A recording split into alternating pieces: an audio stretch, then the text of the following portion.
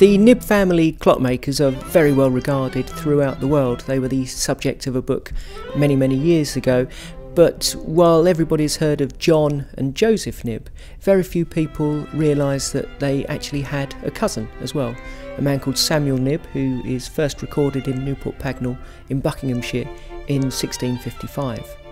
In 1662, Samuel Knibb moved to London. It was the same year that Charles II had granted a charter to the Royal Society, and across the Channel, Louis XIV had started to build the Palace of Versailles. Samuel died in about 1670. This gives us a very neat 8-year period in which this clock was made. Only 5 clocks signed by Samuel Knibb are at present known, and they're all of superlative quality. There are 2 long cases and 2 table clocks. This then is the 3rd table clock known by him.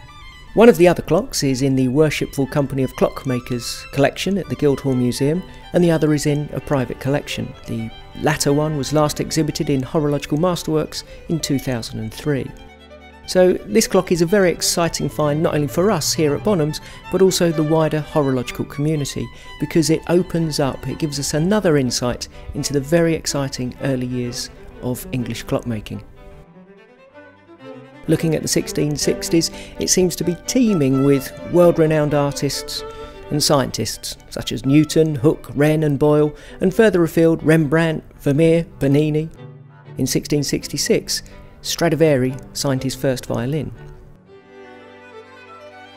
The first 12 years of the pendulum clock is an era of great interest and importance to collectors and academics the world over. Of course, this particular clock over the last 350 years has undergone some cosmetic change. The case has lost some of its ebony veneering, and now it carries a wash of black paint.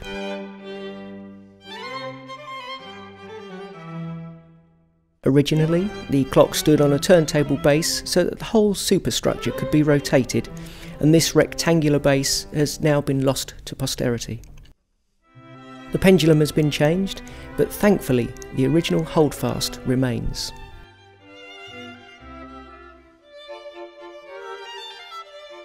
The hands on the dial are original, and the dial is perhaps the standout feature of the clock. The flowers and foliage are beautifully rendered with a lightness of touch that you see very rarely.